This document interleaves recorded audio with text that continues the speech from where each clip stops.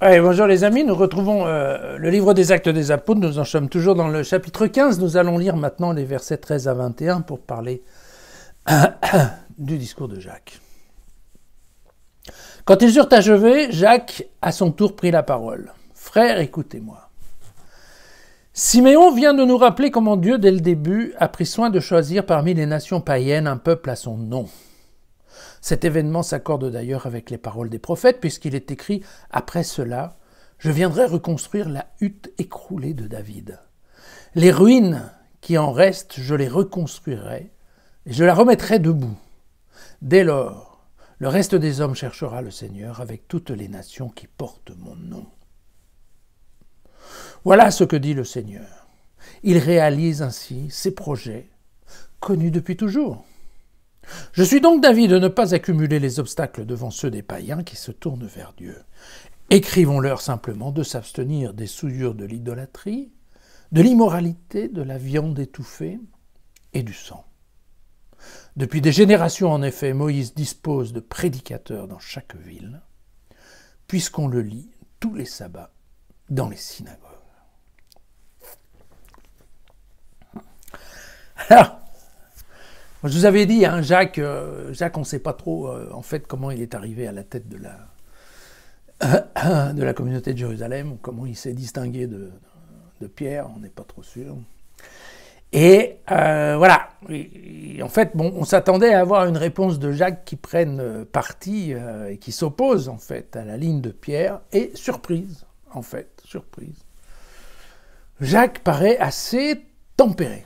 Alors, assez tempéré parce que, ce qui est vrai, c'est que bon, Pierre avait pris soin de réintégrer toute cette histoire de la conversion des païens dans un plan divin appuyé sur des écritures du texte ancien. Et là, vous voyez, il va faire pareil. En fait, Jacques va aller sortir, enfin, vous savez que c'est plutôt Luc, hein, mais c'est pas grave.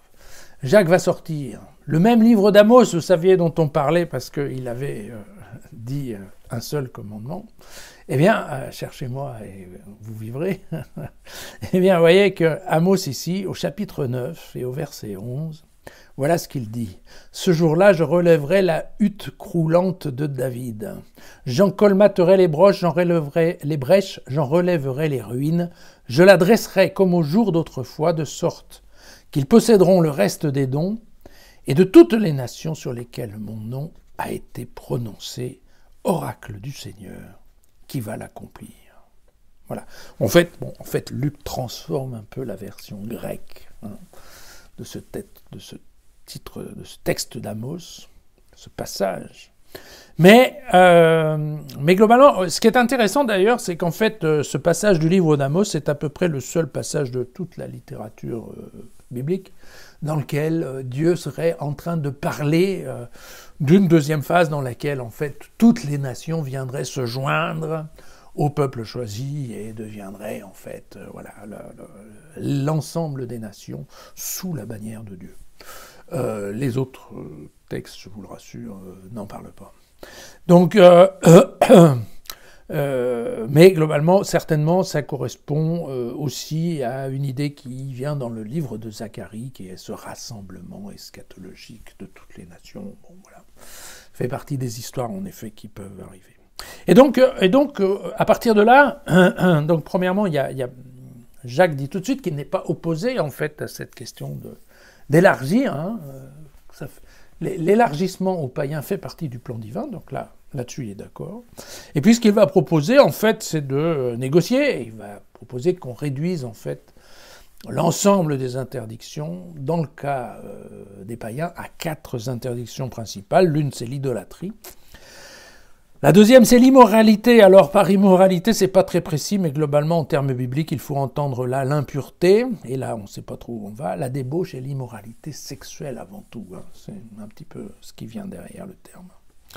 Après qu'il faut suivre la règle juive de l'abattage des animaux, c'est-à-dire, vous savez, il convient d'égorger l'animal et de laisser vider son sang avant de le consommer, contrairement à une cuisson à l'étouffée dans laquelle, effectivement, la viande, le sang serait resté dans la viande, parce que vient la 4e règle, qui est bien sûr l'interdiction de consommer le sang des animaux. Voilà.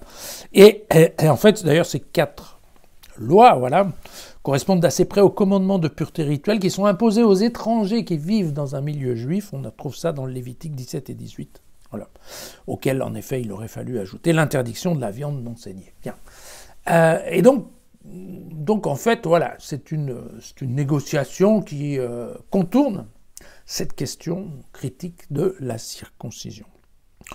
On ne sait pas très bien d'ailleurs ce que vient faire le dernier verset là sur Moïse et les prédicateurs dans chaque ville, mais bon, ça c'est pas grave, personne n'a compris.